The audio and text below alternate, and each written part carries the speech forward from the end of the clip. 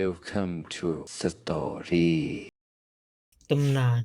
เขาสามมุกเป็นเรื่องเล่าความรักอันแสนเศร้าระหว่างหนุ่มสาวคู่หนึ่งซึ่งเกิดขึ้นในจังหวัดชลบุรีและกลายเป็นตำนานท้องถิ่น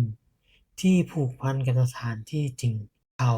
สามมุกซึ่งตั้งอยู่ใกล้ชายทะเลบริเวณบางแสนเรื่องราวเริ่มต้นจากนางสามมุกหญิงสาวที่อาศัยอยู่กับย่าบริเวณเชิงเขา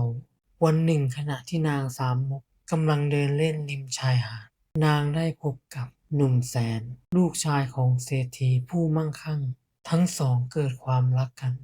ตั้งแต่แรกพบและแอบพบกันบ่อยครั้งโดยมีมอบกำไรเงินเป็นสัญลักษณ์แทนใจต่อมาเมื่อหนุ่มแสนเติบโตขึ้นพ่อแม่ของเขาต้องการให้เขาแต่งงานกับหญิงสาวที่มีฐานะทัดเทียมกัน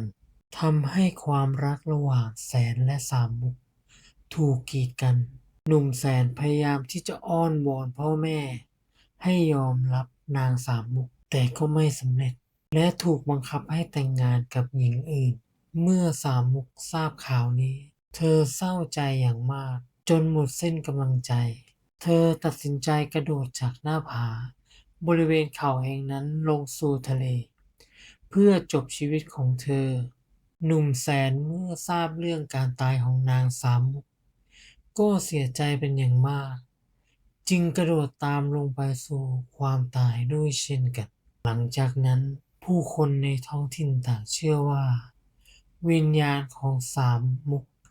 ยังคงอยู่สถิตอยู่ที่เขาแห่งนี้และบริเวณดังกล่าวจึงได้รับการเรียกว่า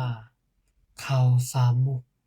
นับตั้งแต่นั้นมาเพื่อเป็นสิ่งที่ระลึกถึงความรักอันบริสุทธิ์และโศกนาฏกรรมของทั้งสอง